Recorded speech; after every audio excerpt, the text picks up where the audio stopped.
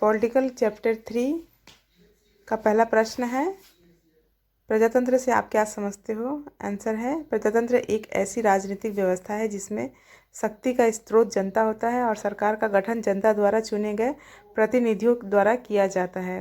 प्रजातंत्र की मुख्य विशेषताएं निम्नलिखित है। पहला है जनता की भागीदारी, दूसरा है न्यायपालिका की स्वतंत्रता। दूसरा नंबर है, सरकार के कितने अंग होते हैं और कौन कौन से? आंसर है, सरकार के 3 अंग होते हैं। पहला है विधायिका, यह सरकार का वह अंग है जो कानून बनाता है। विधायिका में संसद या विधानसभा शामिल होते हैं। दूसरा है कार्यपालिका, यह सरकार का वह अंग है जो कानूनों को लागू करता है। कार्यपालिका में राष्ट्रपति, प्रधानमंत्री और मंत्रिपरिषद शामिल होते हैं। तीसरा है न्यायपालिका, यह सरकार का वह अंग है जो कानूनों की व्याख्या करता है और उनकी रक्षा करता है। न्यायपालिका में उच्चतम न्यायालय, उच्च न्यायालय और अन्य न्यायालय शामिल होते हैं। तीसरा नंबर क्वेश्चन है, सरकार के किन्हीं 3 रूपों के नाम बताओ। आंसर है, सरकार के 3 रूप है। पहला है राजतंत्र, दूसरा है प्रजातंत्र, तीसरा है साम्यवाद।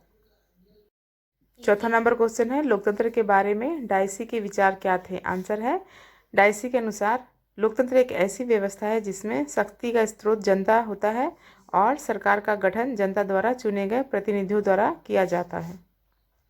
5वां नंबर क्वेश्चन है, लास्की ने लोकतंत्र के बारे में क्या कहा है? आंसर है, लास्की के अनुसार लोकतंत्र एक ऐसी व्यवस्था है जिसमें शक्ति का स्रोत जनता होता है और सरकार का गठन जनता द्वारा चुने गए प्रतिनिधियों द्वारा किया जाता है। उन्होंने लोकतंत्र को एक ऐसी प्रणाली के रूप में परिभाषित किया है जिसमें नागरिकों को अपने प्रतिनिधियों का चयन करने और सरकार की नीतियों को प्रभावित करने का अधिकार होता है। 6 नंबर क्वेश्चन है, लोकतंत्र की उत्पत्ति किन शब्दों से हुई है? आंसर है, लोकतंत्र की उत्पत्ति 2 ग्रीक शब्दों डेमोस और क्रेटोस से हुई है। 7वां नंबर है, आधुनिक लोकतंत्र की उत्पत्ति में किन घटनाओं का महत्वपूर्ण योगदान है?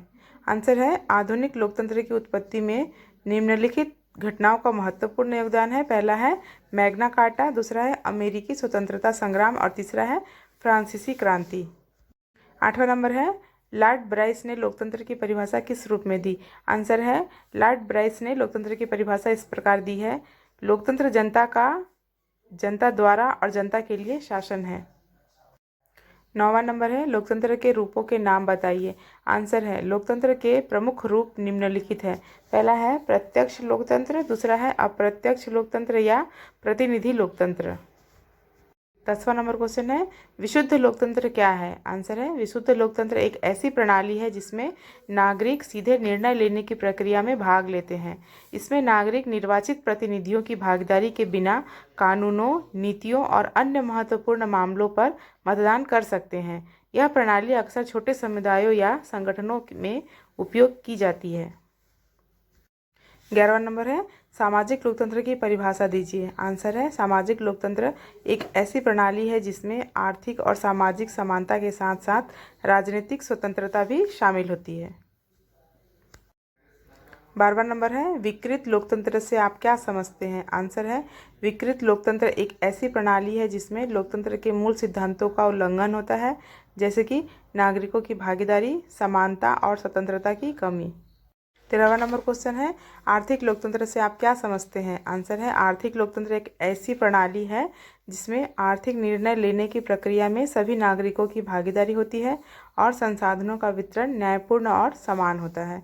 तो बच्चों, अभी 13 क्वेश्चन दे दिया, क्वेश्चन का आंसर दे दिया है मैंने। अब मिलते हैं अगले वीडियो में, कुछ और सॉल्व करके लाती हूँ मैं। Thank you.